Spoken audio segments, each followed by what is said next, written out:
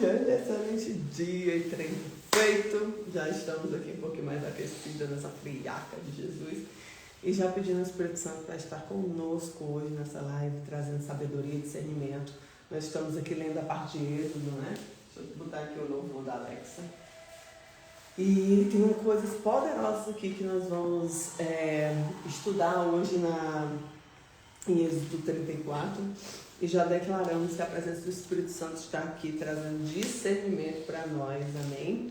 E aí mais instruções do Senhor, né? Era muito poderoso, assim, como Moisés teve a oportunidade de ter, assim, o Senhor ali no relacionamento íntimo, né?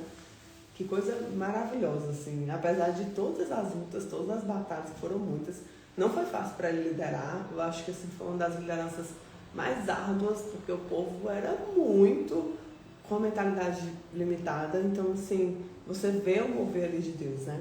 E diz assim: então disse o Senhor a Moisés: lavra 2 tábuas de pedra como as primeiras, e eu escreverei nas tábuas as mesmas palavras que estavam nas primeiras tábuas que tu quebraste. E prepara-te para amanhã, para que subas pela manhã ao monte Sinai. E ali põe-te diante de mim no cume do monte. E ninguém suba contigo, e também ninguém apareça em todo o monte. Nem ovelhas, nem bois se apacentem defronte do monte. Então Moisés lavrou 2 tábuas de pedra, como as primeiras, levantando-se pela manhã de madrugada, subiu ao monte Sinai, como o Senhor lhe tinha ordenado. E levou 2 tábuas de pedras nas suas mãos. O Senhor desceu numa nuvem e pôs-se ali junto a ele.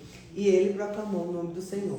Passando, pois, o Senhor perante ele, clamou: ó Senhor, o Senhor Deus misericordioso e piedoso, tardio em irar-se, grande em beneficência e verdade, que guarda a beneficência em milhares, que perdoa a iniquidade e a transgressão e o pecado, que ao culpado não tem por inocente, que visita a iniquidade dos pais sobre os filhos, e sobre os filhos dos filhos até a 3ª e 4ª geração.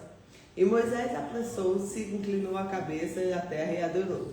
E disse o Senhor: se agora tenho achado graça diante dos teus olhos, vá agora o Senhor por servir de nós, porque este é o povo de duras cerviz, porém perdoa a nossa iniquidade e o nosso pecado, e toma-nos por herança. Então disse: eis que faço uma aliança, farei diante de todo o povo maravilhas que nunca foram feitas em toda a terra, nem em nação alguma, de maneira que todo esse povo em cujo meio está, veja a obra do Senhor, porque coisa terrível é o que eu faço contigo. Guarda o que te ordeno hoje, eis que lançarei fora de ti os amorreus, os cananeus, os heteus, os perizeus, os heveus, os jebuseus. Guarda-te fazeres aliança dos moradores da terra, aonde há de entrar, para que não seja por laço do meio de ti. Mas seus altares derrubareis, e suas estátuas quebrareis, e os seus bosques cortareis, porque não te inclinarás diante de outro Deus, pois o nome do Senhor é zeloso, é um Deus zeloso, para que não faça aliança com os moradores da terra, e quando eles se prostituírem, após os seus deuses os sacrificarem, e os deuses tu, como convidados dele, coma também dos seus sacrifícios. E tome mulheres das suas filhas para os seus filhos e filhas, prostituindo-se dos deuses, fazendo também teus filhos se prostituam dos seus deuses. Não te fará deuses de função. A festa do pão asmo guardará. 7 dias comerá pão asmos, como tenho ordenado, ao tempo apontado do mês de Abibe, porque no mês de Abibe saíste do Egito. Tu, o que abre madre, é meu, e todo gado, todo macho que abre madre de vacas e de ovelhas. Burro, porém, que abrir a madre, resgatará como cordeiro. Mas se não resgatares, cortar-lhe-ás a cabeça, todo primogênito dos seus filhos resgatarás. E ninguém aparecerá vazio diante de mim. 6 dias trabalharás, mas no 7º dia descansarás. Na aradura e cega descansarás. Também guardará a festa das semanas, que é a festa da premissa da cega dos trigos, e a festa da colheita no fim de ano. 3 vezes por ano todo homem aparecerão perante o Senhor Deus, o Deus de Israel, porque eu lançarei fora as nações, que diante de ti alegrarei em todo o território. Ninguém cobiçará da tua terra, tu subires a aparecer 3 vezes no ano diante do Senhor teu Deus. Não sacrificarás o sangue do sacrifício do pão levedado, nem o sacrifício da festa da Páscoa ficará da noite para a manhã. As premissas dos primeiros frutos da terra trarás à casa do Senhor teu Deus. Não cozerá cabrito do leite da sua mãe. Disse mais o Senhor a Moisés: escreve estas palavras, porque conforme o teor das palavras que tenho uma aliança feita contigo, Israel.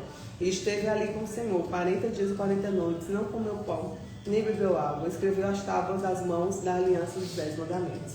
E aconteceu que Moisés desceu no monte Sinai, as 2 tábuas, os testemunhos estavam na mão de Moisés. Sim, quando desceu ao monte, Moisés não sabia que a pele do seu rosto resplandecia, depois que falaram com ele. Olhando, pois, Arão e todos os filhos de Israel para Moisés, eis que a pele do seu rosto resplandecia. Por isso temeram chegar-se a ele. Então Moisés chamou Arão e todos os príncipes da congregação, tornando-lhes a ele, e Moisés lhe falou. Depois chegaram também todos os filhos de Israel, e eles lhe ordenou tudo que o Senhor falara no monte Sinai. Assim Moisés acabara de falar com ele, pôs um véu sobre o rosto. Porém, entrando Moisés perante o Senhor para falar com ele, tirava o véu para sair.